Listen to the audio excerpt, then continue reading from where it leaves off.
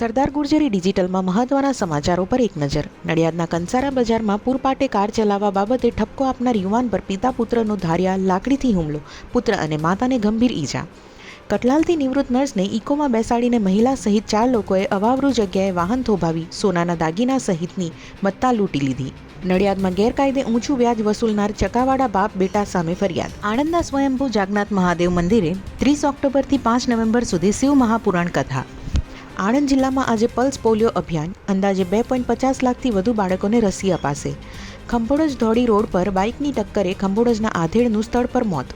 ખંભાતની બેંકમાંથી સભાસદ લોનના બાકી પેટેનો cheque return કેસમાં વૈશાલીબેન વાણંદને 1 વર્ષની કેદ। આણંદ જિલ્લામાં 3 દિવસમાં રાત્રિનું તાપમાન 3 ડિગ્રી ગગડ્યું। ચોમાસાની એક્ઝિટ સાથે ફૂલ ગુલાબી ઠંડીનો વહેલી પરોળીએ અનુભવ।